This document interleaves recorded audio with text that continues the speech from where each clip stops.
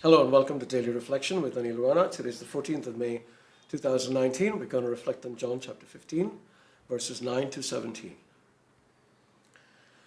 Jesus said, "As the Father has loved me, so have I loved you. Now, abide in my love.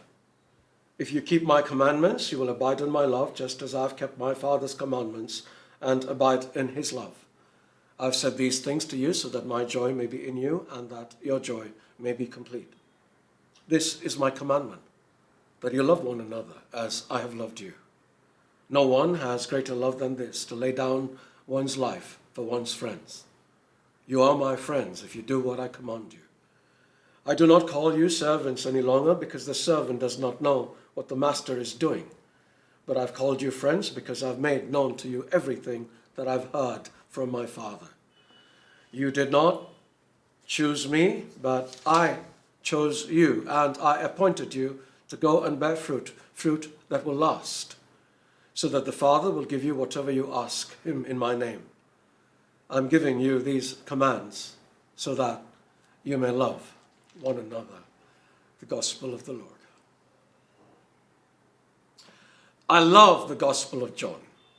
It contains these statements that are so powerful they leave you shaking when you have comprehended their magnitude. We looked at one a few days ago when Jesus said, "Ask whatever you wish and it will be given you." In today's passage, we find another. "As the Father has loved me," Jesus says, "I have loved you." Wow. And then we read further and we come across another. "I have said these things to you so that my joy may be in you and that your joy may be complete." Wow again. Let's take them in turn. "As the Father has loved me, so have I loved you." Think about how deeply the Father loves Jesus.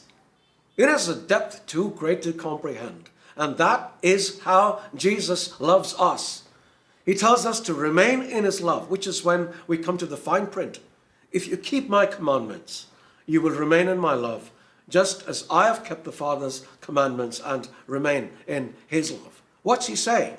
That his love is conditional to our obedience? Not at all. Nothing we do can make him love us more, and nothing we do can make him love us less. Let us be totally clear about that before we proceed. So he's saying rather that if we love him, we need to show him that love through obedience, which is the only way to really show our love. And this is a thing of joy, which brings us to the second statement he made. Jesus wants us to be joyful people. Joy comes from obedience.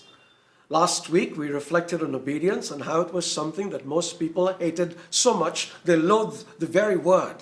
That is because we think of obedience as a duty and a hardship which takes away our freedom. But on the contrary, it is a source of immense joy and freedom. Consider the obedience of Jesus. Was he miserable serving his Father? Did he feel that he was in bondage to him? Not in the least. He did all the things he wanted to do. But what he wanted to do was what the Father wanted, because he loved the Father so much. I've realized the truth of this in my life. During those times, and these days it's most of the time, I love God so much. The things I want are only the things that he wants. And when I do them, I feel an overabundance of joy. Otherwise, I'm miserable. Try it and see for yourself. God bless you.